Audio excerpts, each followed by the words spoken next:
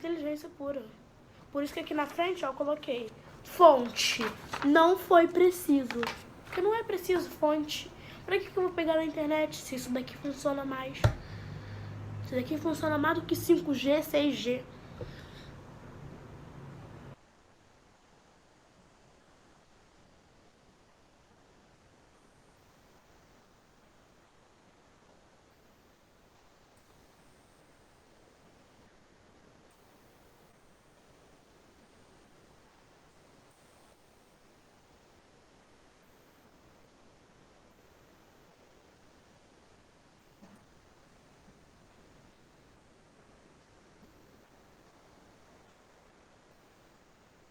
Jovens, vocês verem o slide, me respondam aí. Estão visualizando o slide? Sim.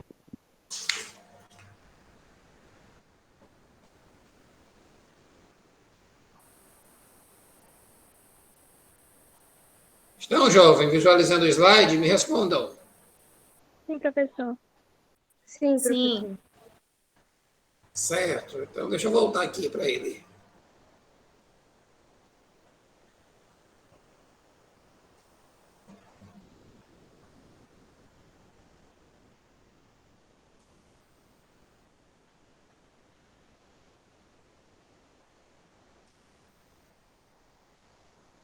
Georgia Garini, eu pensei que fosse lhe conhecer na quarta-feira, lá na reunião com as líderes.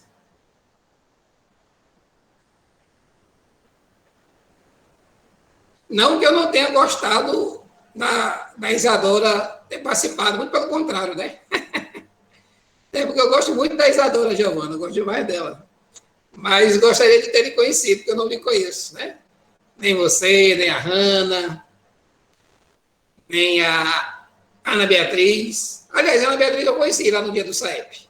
E a Hanna também. Você eu não conheço. Pensei que fosse lhe conhecer lá no dia da reunião, mas você não estava. Vamos lá.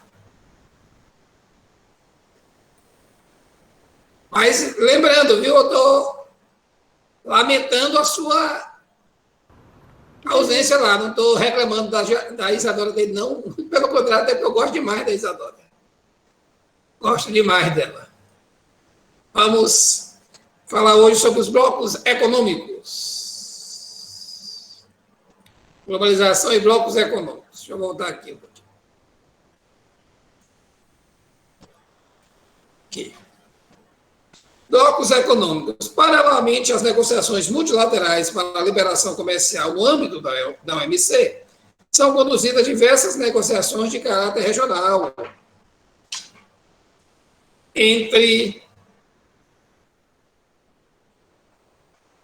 Paralelamente às negociações multilaterais para a liberação comercial no âmbito da OMC, são conduzidas diversas negociações de caráter regional entre dois países bilaterais, né? A relação entre dois países comercial se chama relação bilateral. Ou no grupo mais amplo, para a formação de blocos econômicos ou para ampliar os acordos nos blocos já constituídos.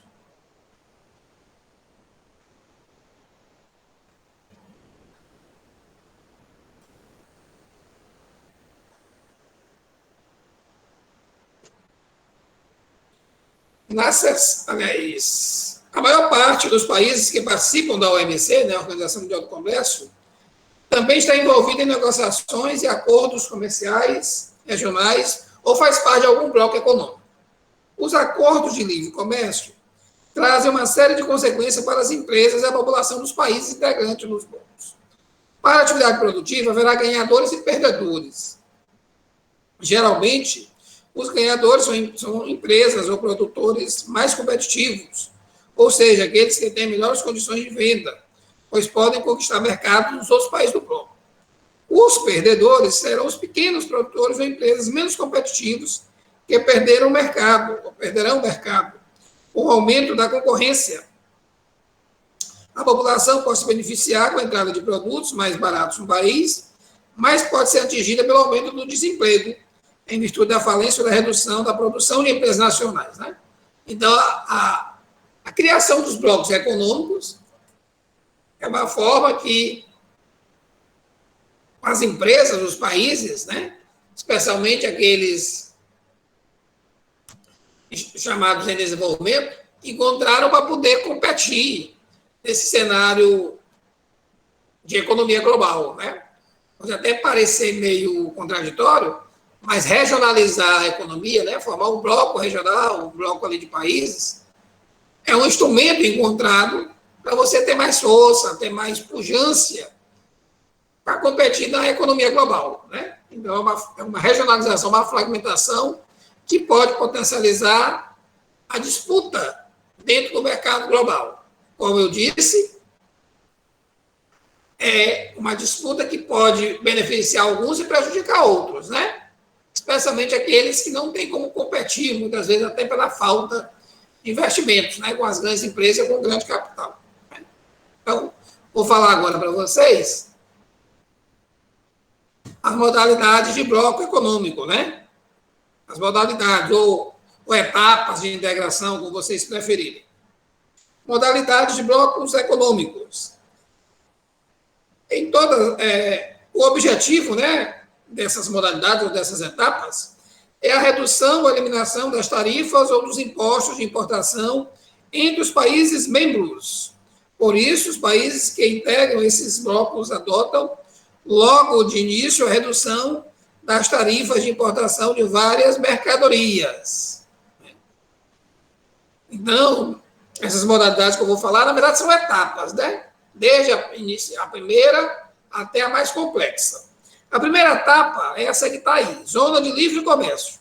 Primeira etapa de associação econômica dos países. Pressupõe acordos comerciais que visam exclusivamente a redução ou eliminação de tarifas aduaneiras entre os países membros do bloco. Ou seja, qual é o objetivo, Elcio? Uma zona de uma área de livre comércio. É reduzir, eliminar os impostos, né? As barreiras aduaneiras, os impostos, né? Tornar, aliás, fazer com que as mercadorias circulem livres, ou com uma redução grande das taxas, né, dos impostos cobrados. O principal exemplo de acordo de livre comércio é o NAFTA, né? Acordo de Livre Comércio da América do Norte, que é formado pelos Estados Unidos, Canadá e México. A segunda etapa de integração econômica é a União Aduaneira. União Aduaneira. Além de reduzir ou eliminar as tarifas aduaneiras entre os países, né, que é o que acontece na primeira etapa, na zona de livre comércio, estabelece-se na União Aduaneira as mesmas tarifas de exportação, daí o termo união, né, unificação de impostos. Aduaneira, impostos. Estabelece as mesmas tarifas de exportação e importação para o comércio internacional fora do bloco, uma tarifa externa comum, a TEC. A União Aduaneira exige que os países mantenham pelo menos 85% das trocas comerciais totalmente livres de taxas de exportação e importação entre os países membros. É uma abertura das fronteiras para mercadorias, capitais e serviços, mas não permite a livre circulação de trabalhadores. Um exemplo desse tipo de bloco é o Mercado Comum do Sul, o Mercosul, composto por Brasil, Argentina, Uruguai, Paraguai e Venezuela, né? E está suspensa aí no Mercosul. Na verdade, os países membros do Mercosul formam uma união aduaneira incompleta, pois muitos produtos não são comercializados pela TEC.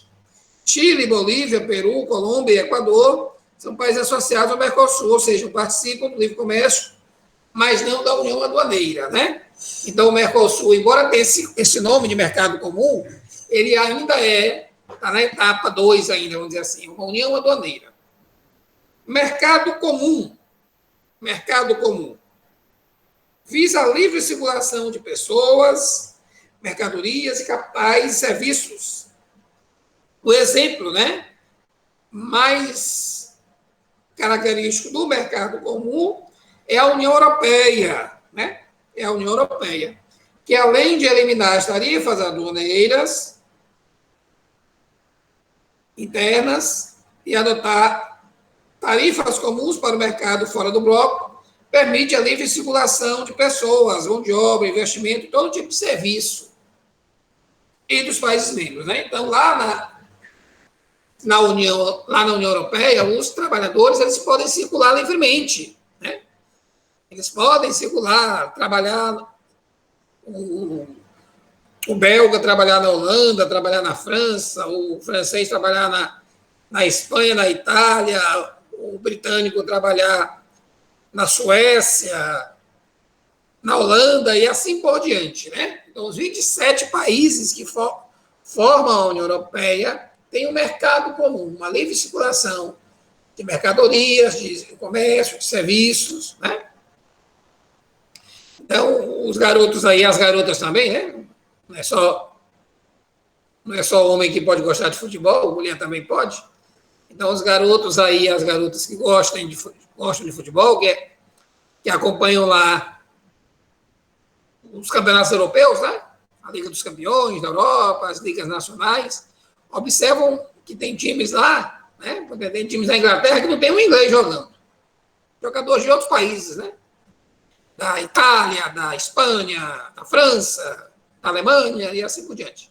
Isso é facilitado, isso é possível por conta da União Europeia, lá ser um mercado comum, né?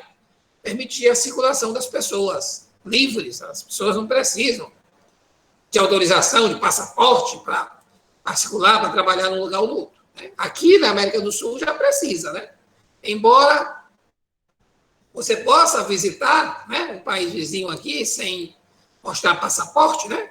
Aqui na América, no Cone Sul, aqui no Mercosul, você pode ir para a Argentina, pode ir para o Uruguai, pode ir para o Paraguai, para o Chile, sem mostrar o passaporte, não precisa de passaporte. Você só mostra a sua identidade, assina lá um questionáriozinho, mas para trabalhar, né? Para trabalhar, você precisa de uma autorização maior. O departamento lá de relação exterior, né? Precisa de uma autorização. Então, é por isso que a gente diz que não há ainda uma livre circulação de pessoas, de serviços, de capital aqui no Mercosul, embora tenha esse nome, ele ainda não está nesse estágio de mercado comum, certo?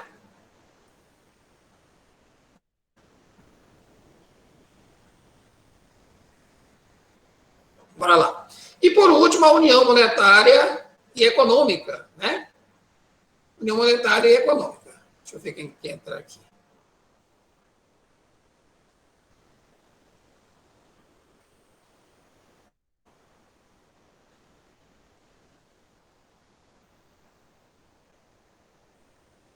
União Monetária e Econômica. É o caso, novamente, dos países da União Europeia, que, na fase atual, adotaram o euro como uma moeda única, né? A moeda usada nos países lá, o euro, administrada pelo Banco Central Europeu. Nessa formação de integração, como veremos, é necessário que os países estipulem limites comuns, máximos de inflação e déficit público, né?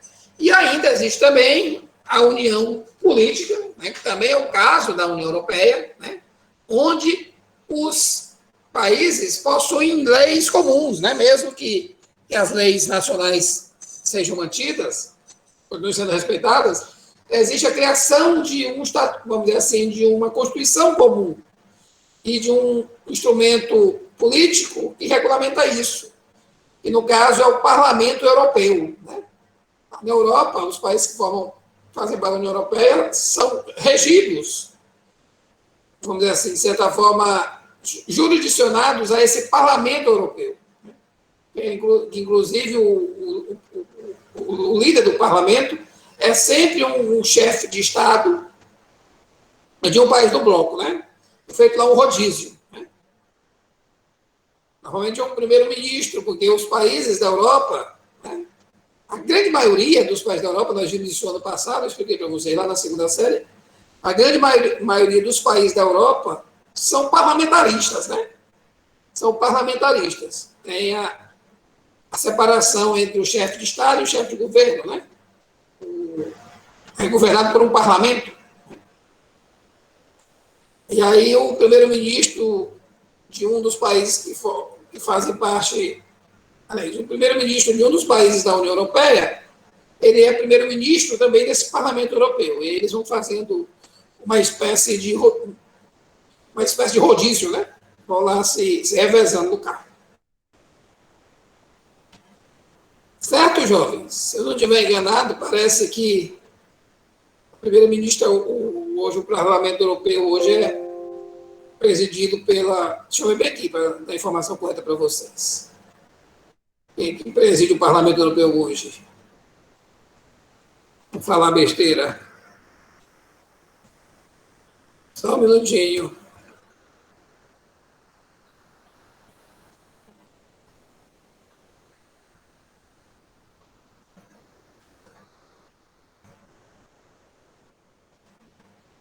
Só um minuto.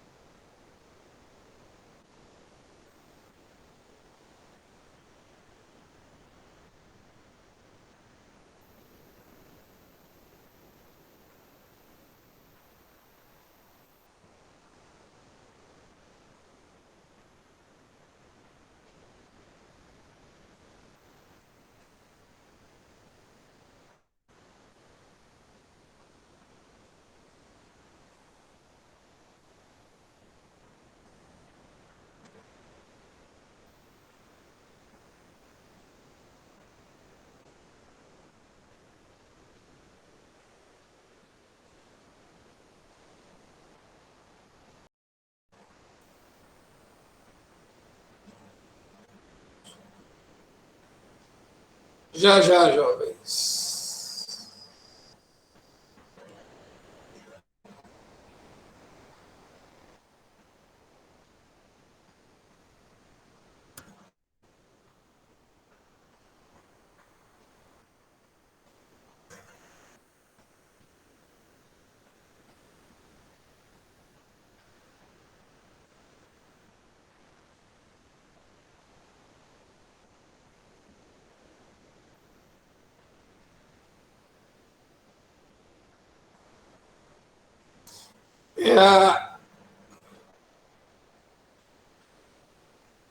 Tá dizendo que o nome é dele, David Sarsoli, alguma coisa assim.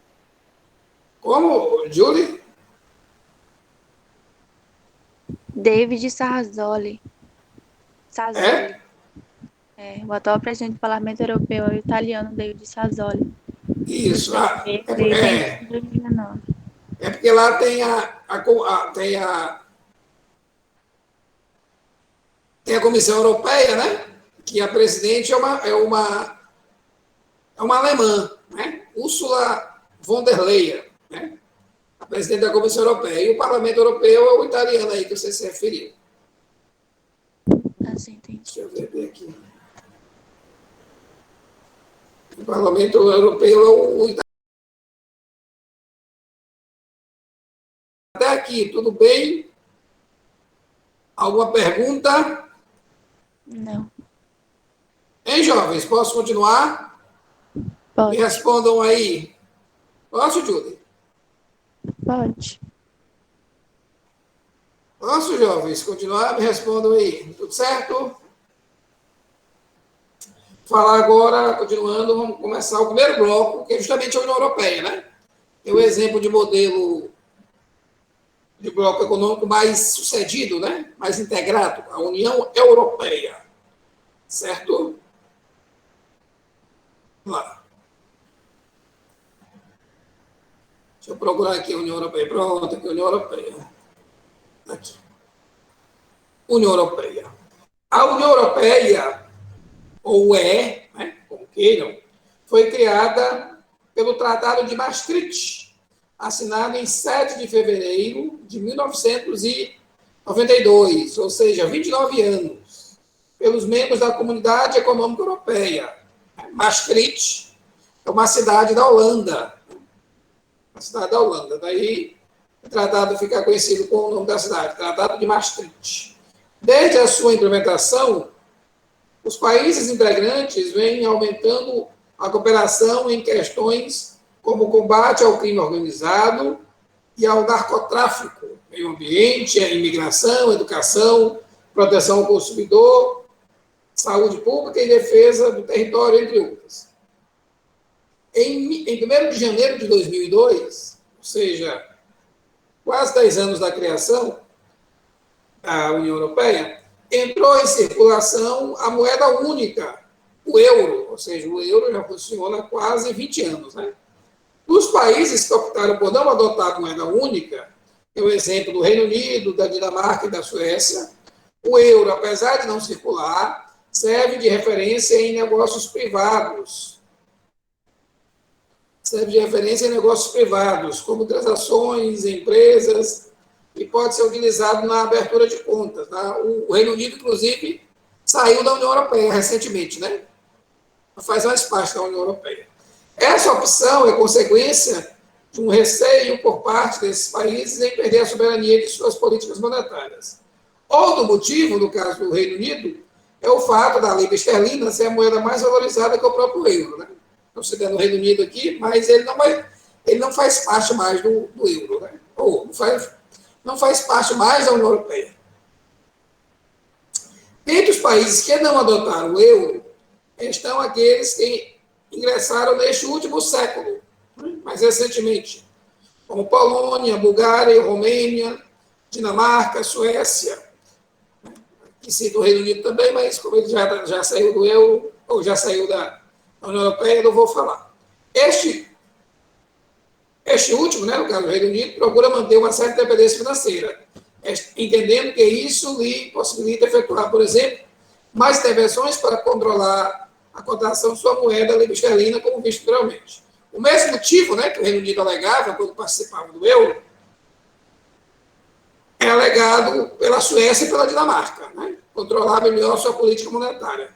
Já os demais países ainda precisam ter indicadores que se enquadrem em determinados critérios exigidos pela OEE, chamados de critérios de convergência, né, que é o caso da Polônia, da Bulgária, da Romênia, para poder adotar o euro.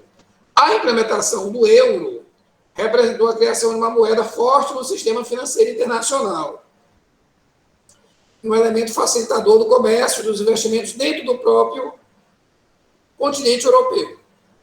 Os negócios internacionais, antes feitos em dólar, passaram a ser realizados também em euro, reduzindo a supremacia da moeda estadunidense. Ou seja, a criação do euro foi, inclusive, uma forma de limitar, né, de diminuir a influência que o dólar tinha dentro do mercado econômico europeu. No entanto, como demonstrou a crise que se agravou a partir de 2010, analisada, né, que nós já analisamos, né, já falamos sobre isso, a falta de uma centralização das políticas orçamentárias, tributárias e bancárias entre os adotantes do euro, controlados pelo Banco Central Europeu, configurando uma união fiscal, foi um dos fatores geradores da crise. A união vinha sendo defendida por alguns dirigentes da UE, União Europeia, para encaminhar melhor os problemas que o bloco enfrentava e impedir crises futuras. Em 2009, ou seja, há 12 anos aproximadamente, entrou em vigor o Tratado de Lisboa, né, assinado em Lisboa, que é a capital de Portugal, em 13 de dezembro de 2007, que dispõe sobre alguns pontos importantes para o funcionamento da União Europeia, os quais passaram a valer a partir de 2014. Deu maior autonomia à decisão do Parlamento Europeu, que eu acabei de falar, e modificou o critério adotado para o sistema de votação. A aprovação de projetos no interior da União Europeia, a partir dessa data, é decidida por maioria dupla, isto é, com a aprovação de 55% dos países membros, desde que eles também representem pelo menos 65% do total de habitantes do bloco. Né? Ou seja, tem que ter a maioria dos países e a maioria da população também representada. O Tratado de Lisboa também prevê que os parlamentos nacionais terão um papel mais importante na elaboração da legislação europeia e que os países membros têm de lutar contra mudanças climáticas, né? Fazer parte das cúpulas do clima. Estabeleceu ainda a criação de 2 cargos de presidente da União Europeia e de alto representante para as relações exteriores e segurança, é o chanceler, né? Outros países europeus aderiram à União Europeia nesse Tratado de Lisboa. Bom, Macedônia, né, que hoje é chamada de Macedônia do Norte, Montenegro e Turquia, cujo processo de negociação foi aberto em 2005. A Turquia, né, que é um país que fica ali na fronteira da passagem da Europa para a Ásia, né, inclusive uma parte da Turquia fica na Ásia, a Turquia tem grande interesse em integrar os quadros da União Europeia, pois receberia investimentos importantes, dinamizando sua economia. Para viabilizar seu ingresso,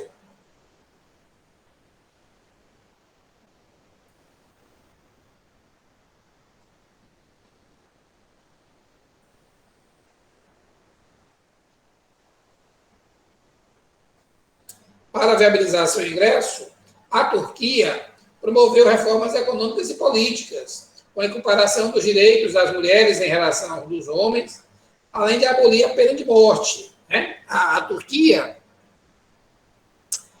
é um país de maioria muçulmana, né? Eu acho que deva ser o único país da Europa, não tenho certeza, que a maioria absoluta da população seja muçulmana. Então, alguns elementos da cultura muçulmana que faziam parte, interferiam no funcionamento da vida turca, teve que ser adaptado para poder fazer parte da União Europeia, como as mulheres, né, terem mais direitos, né, equipararam os seus direitos em relação aos homens, e abolir a pena de morte. Entretanto, a rejeição à entrada da Turquia na União Europeia em diversos países do bloco europeu, em razão da influência da religião islâmica na política turca, né, acabei de falar, e por ter problemas com as minorias não assimiladas em sua totalidade, como os curdos, fator de instabilidade latente. Essa questão dos curdos, quando a gente estiver discutindo conflitos étnicos, nacionalistas e separatismo, vou falar mais para vocês. A estratégia de expansão para o leste europeu, tradicional zona de influência da ex-União Soviética, a partir de 2004, ou seja, a partir de 2004, a União Europeia tem avançado, incluindo os países do chamado leste europeu, né? Países que aderiram durante a Guerra Fria ao modelo soviético. Hungria, Polônia, Lituânia, Letônia, Estônia, né, que são as repúblicas bálticas, mais Romênia, Bulgária, né? Foram países ali do leste europeu que se incorporaram à União Europeia. Então, esse avanço da União Europeia em rumo ao leste europeu não foi bem vista pela Rússia, né?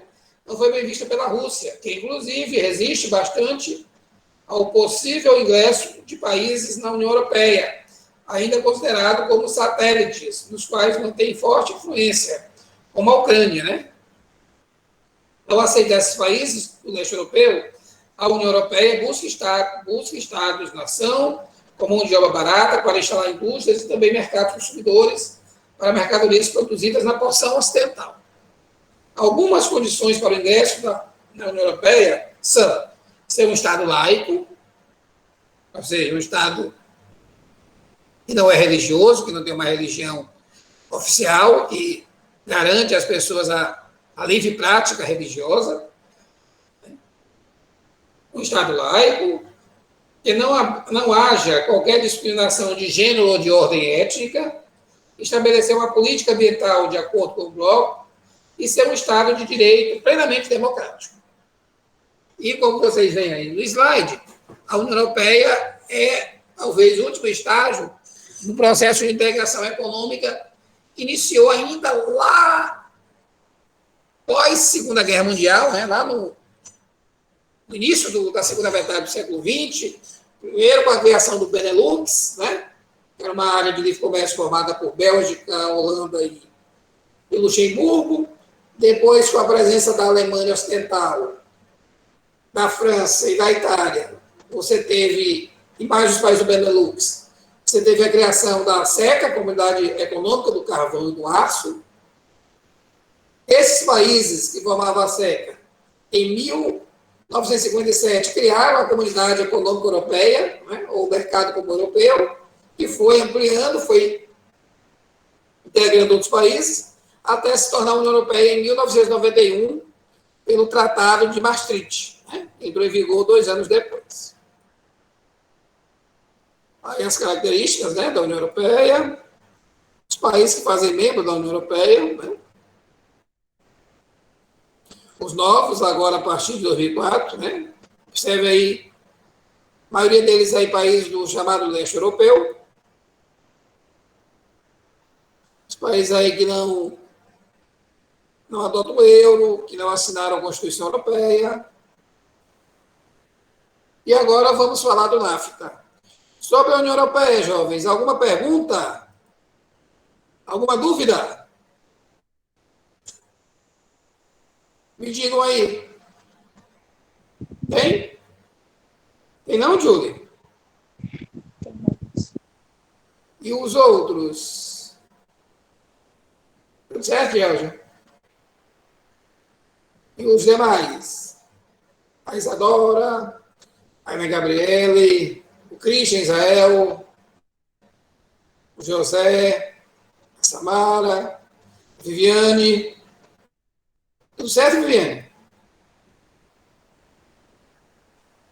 É a União Europeia, Viviane, nós estamos falando. As características da União Europeia. Certo? Viviane, desculpe aqui a curiosidade. Teve alguém aí da sua família que faleceu? Você colocou aí uma taxazinha de luto aí no sua avó? Minha solidariedade, viu, Viviane, com você, pela perda aí da sua avó. Tá bom? Meus sentimentos. Jovens, vamos continuar. Falar agora sobre o NAFTA. Um acordo do livre comércio livre comércio